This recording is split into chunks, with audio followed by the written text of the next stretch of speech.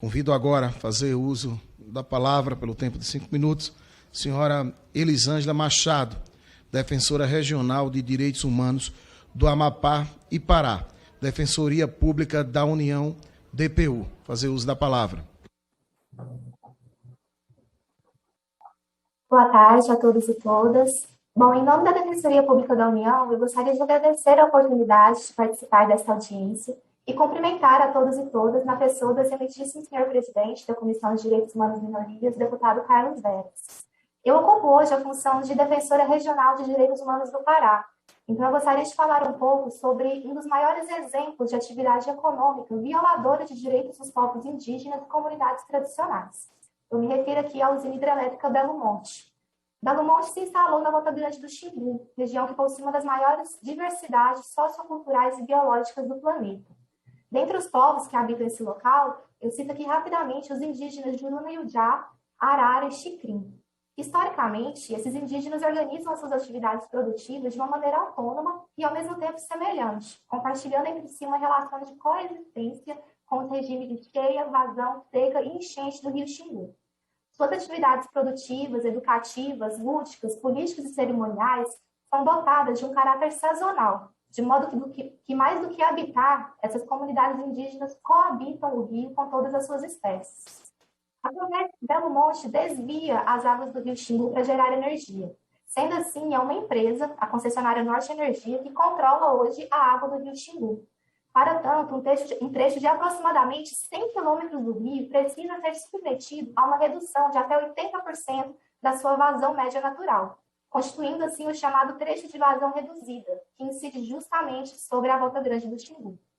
Hoje não há dúvida de que os impactos previstos a partir desse desvio da água para abastecimento da usina estão extrapolando as previsões iniciais e, consequentemente, não estão sendo adequadamente mitigados ou compensados.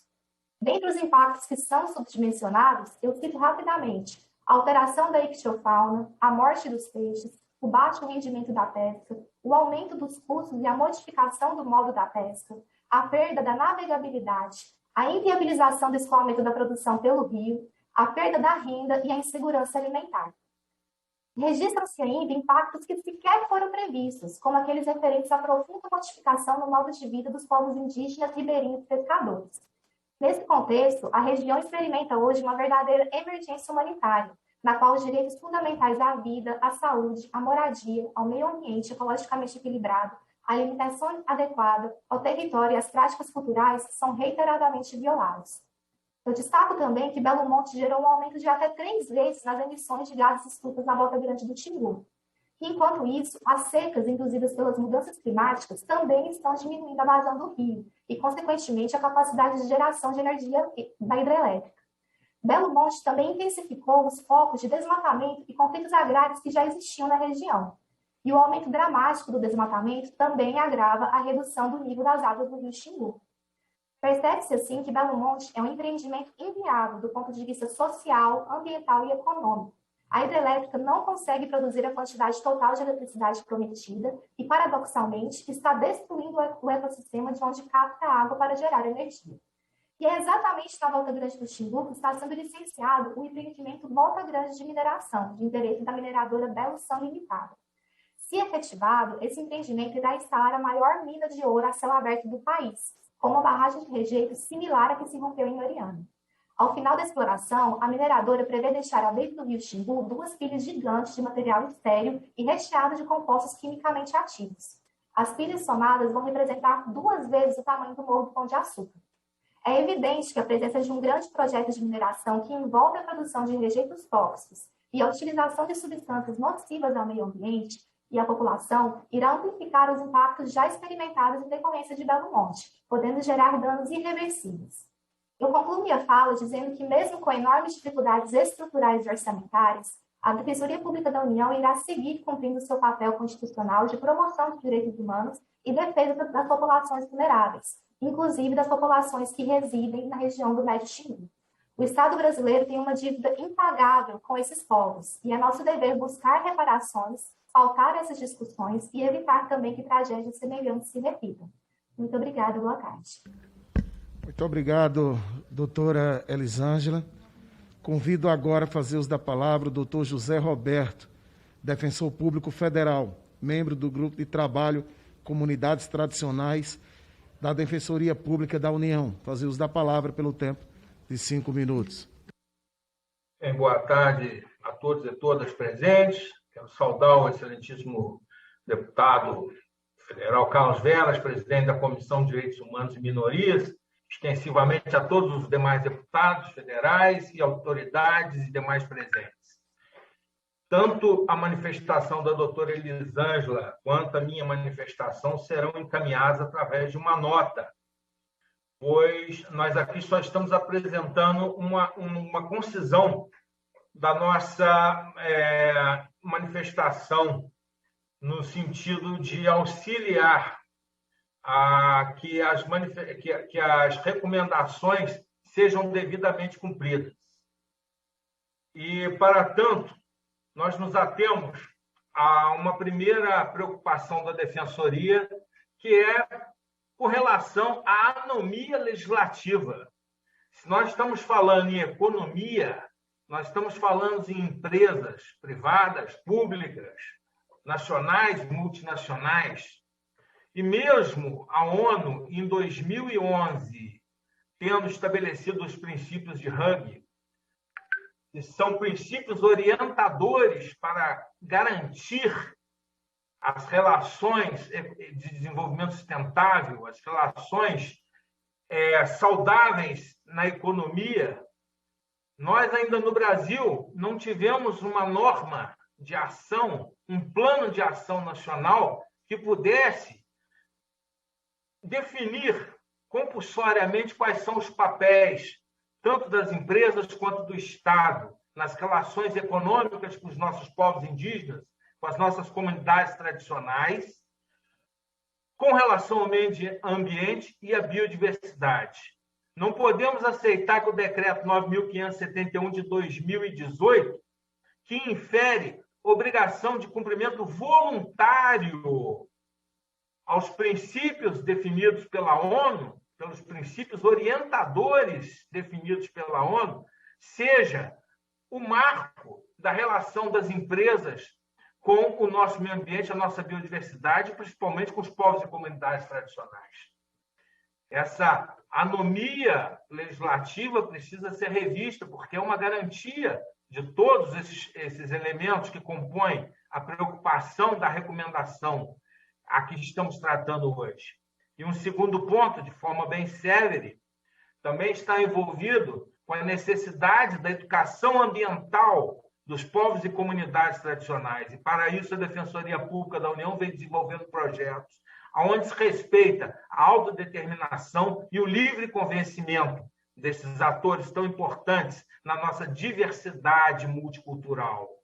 Mas é preciso que, em qualquer ato que se fale em defesa dos povos e comunidades tradicionais, seja definido o papel da Defensoria Pública da União, o papel constitucional que foi dado à Defensoria Pública da União. É preciso que se lembre que estamos vivendo um estado de inconstitucionalidade no Brasil, quando o artigo 98 dos atos das disposições constitucionais transitórias determina a implantação da Defensoria Pública, não só a da União, mas de todos os estados, e que está sendo visivelmente descumprido, porque não há tempo hábil para se cumprir. É preciso, se nós queremos realmente cumprir as recomendações, que fiquemos atentos, porque esses povos e comunidades tradicionais precisam das suas instituições naturais de defesa, atuantes, efetivas, e a Defensoria Pública mantém o seu papel constante na defesa, o papel constante na denúncia de todos os atos contrários à destruição do meio ambiente. E, para tanto, caminhamos juntos agora para que possamos entender a importância de uma autodeterminação na luta pelos direitos desses povos e comunidades tradicionais, assim como também possamos entender que caminhamos para um novo tempo no direito, onde não se pode mais viver somente pensando no antropocentrismo, ao contrário do biocentrismo, porque a natureza é um ser vivo O Rio Doce pediu uma ação judicial e foi negado. Então, é preciso que se mude também a mentalidade do povo, das instituições jurídicas. E, para isso, nós colocamos a Defensoria Pública da União à disposição dessa comissão, desse observatório, para a continuidade dos trabalhos, sempre presente, e agradecemos muito a oportunidade que nos foi dada. Muito obrigado, doutor José Roberto, pela participação. Senhor presidente, eu agradeço novamente a oportunidade de estar aqui e gostaria apenas de dizer que a Defensoria Pública da União está à disposição para todo e qualquer diálogo interinstitucional. Sempre acreditamos muito na resolução extrajudicial dos conflitos e seguimos na luta, na defesa dos direitos das populações vulneráveis. É a nossa missão constitucional e mesmo com dificuldades, mesmo com, enfim, toda a nossa pouca estrutura, o que estiver a nosso alcance vai ser feito. E agradeço o convite mais uma vez. Muito obrigada. Muito obrigado, Elisângela, pela sua participação.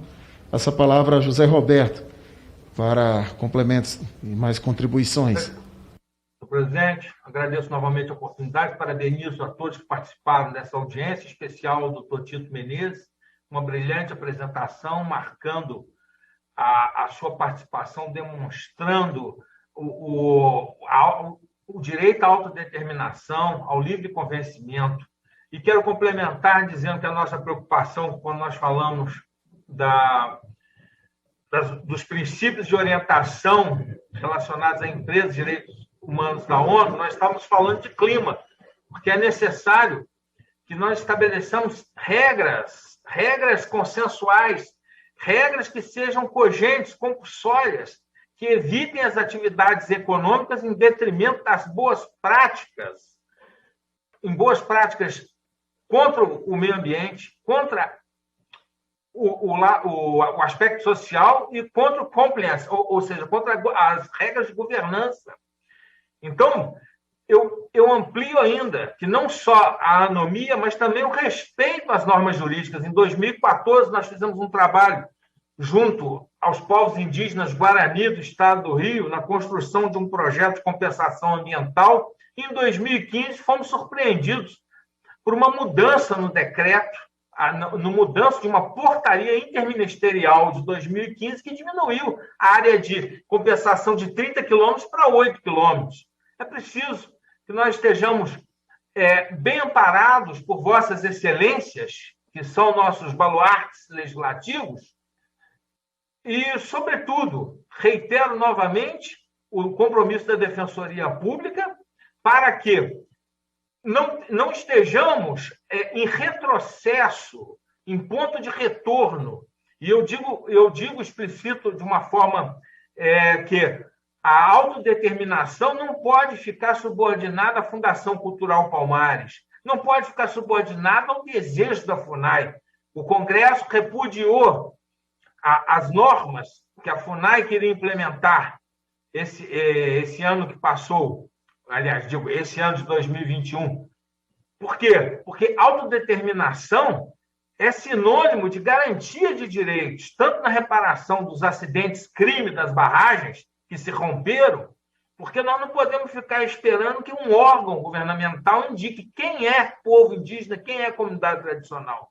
Essa é a nossa luta. Nós estamos muito preocupados com o reconhecimento dos direitos dos povos e comunidades tradicionais de forma efetiva. E, para isso, é preciso que todas as instituições de justiça estejam prestes a implementar um novo direito, um direito que entenda o que é plurinacionalidade, que as nações indígenas têm que ser representadas dentro do Estado, de uma estrutura governamental que entenda que ter acesso à justiça é através da Defensoria Pública. Eu reitero, então, presidente, pedindo o vosso compromisso de toda a vossa bancada, de todos os demais presidentes dessa comissão, que entendam a importância de que a Defensoria seja efetivamente seja efetivamente introduzida no Brasil em todas as seções e subseções.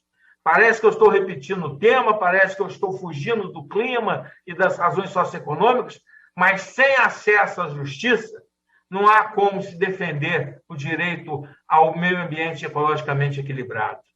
Agradeço muito, parabenizo novamente todos os presentes e coloco a Defensoria Pública sempre à disposição dessa casa para o que se fizer necessário. Muito obrigado, doutor José Roberto, pela colaboração de sempre da Defensoria com esta comissão.